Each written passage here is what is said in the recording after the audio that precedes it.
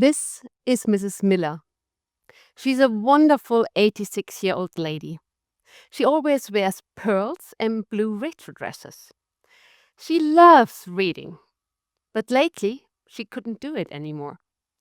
Reading a book or answering her grandson's WhatsApp was nearly impossible. But her doctor gave her hope with a little eye surgery.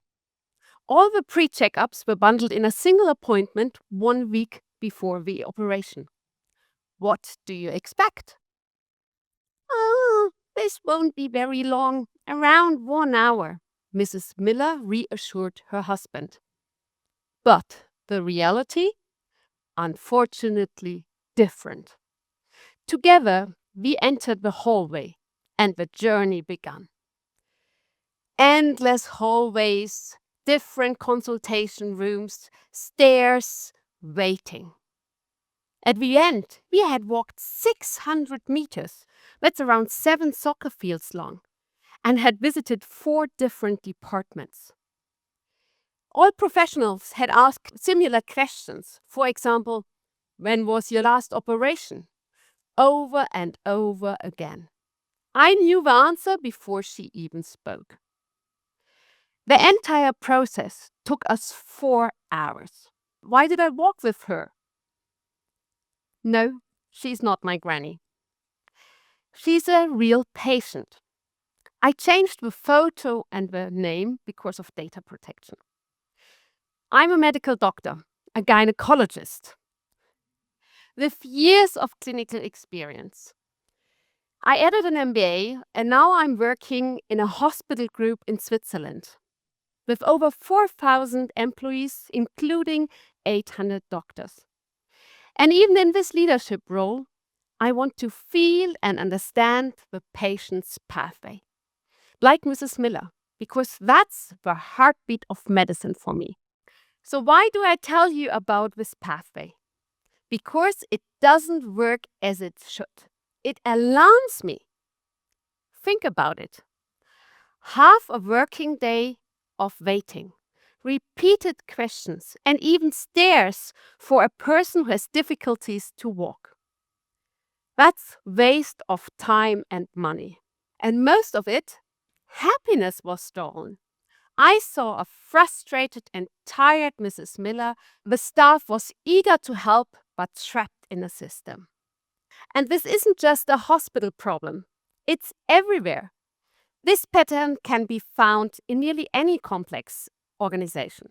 This pattern of endless waiting, energy draining, and goodwill fading. But why? Back in 1950, the medical knowledge doubled every 50 years. That's 600 months. You know how long it takes now? The literature estimates 2.5 months. That's 73 days. And that's not just doctors. Think about teachers. One day it's tablets, the next day it's AI. Or architects. One day they spend thousands of hours learning how to draw. The next day they have to learn it fully digitally. So it's not that we don't care, but the flood of knowledge is overwhelming and takes away the time to think about the big picture. Another reason is that as humans, we are afraid of change. According to the Everett Rogers adoption life cycle, some people adopt to change quickly, some slowly. And it also depends on what kind of change. Do you think if I have to convince my surgeon, to implement a new surgical tool, they love it. They just jump into a change.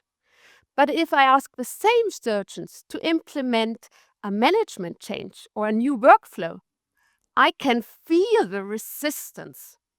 So that is the leadership challenge. How can we make organizational change as thrilling as a medical breakthrough? My answer? Go diving for real. Now, Let me share this love with you. Please close the eyes and imagine.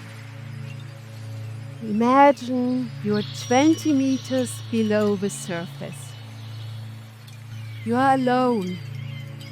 There's no noise, just the calm rhythm of your own breath. You have only two jobs, breathing and observing. Isn't that beautiful?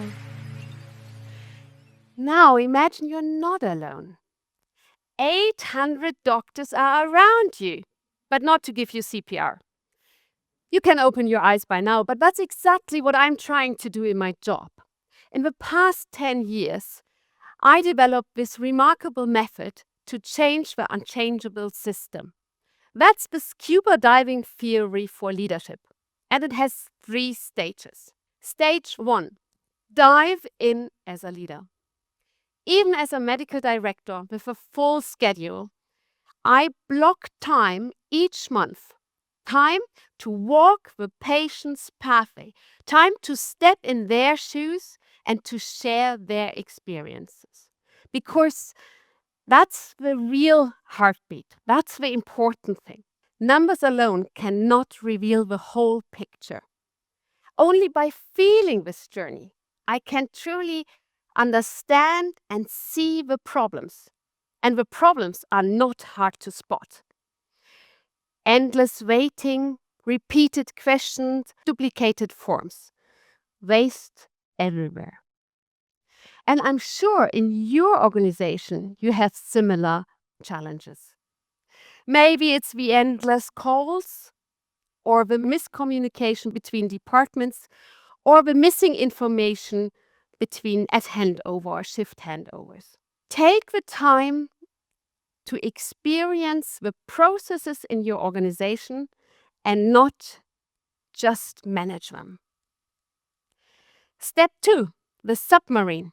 In a submarine, you are safe and dry, but you have a little window to look outside, to observe. Translated into hospital life, take out a key person out of their daily routine and let them observe their own work environment. In case of Mrs. Miller, I took a senior physician and we were observing her consultation room. Her reaction? Oh my God, did I really work here the last 20 years? No wonder the patient don't feel comfortable. Do you think I had to convince her to change the room? No, that moment spoke for itself. Stage 3, teach the team to dive. As the third step, I was walking one more time the path of Mrs. Miller. But this time not with Mrs. Miller, but with a physician, a nurse, an infrastructure manager, and even an accessibility advocate. Together, we didn't just look at the processes, we felt them. And this feeling was not good. Afterwards, I gave the team some time and some budget and complete trust. They didn't have to follow orders, they had to fix what hurts. And that's the new innovative leadership, one that dives together for real value. The results? Patients now spend 1 hour instead of 4. The walking distance shrank to a fifth. Patients and staff satisfaction jumped. And that was the turning point, because the team wanted to continue with the dives. They wanted to look for more improvements to make their part of the hospital even better. And that's when you truly know that transformation has begun. When people are not only motivated to change in their specialty, for example, medicine, but when they become passionate about reshaping how the entire system works. What we've seen with Mrs. Miller shows what healthcare really needs. Not only medication, the devices, or skilled staff, but the motivation to rethink how the entire medical care system works. Is this change now really necessary? Yes. On the one hand, this motivation can retain skilled people, and that's getting more and more important. On the other hand, look at these numbers. In Switzerland, we spend 11,000 US dollars per capita annually for healthcare. In Japan, it's almost half. Yet, life expectancy and health-adjusted life expectancy are similar. So we shouldn't assume that more expensive healthcare systems always leads to healthier and longer lives. Change is needed everywhere. So let's take the chance and change together.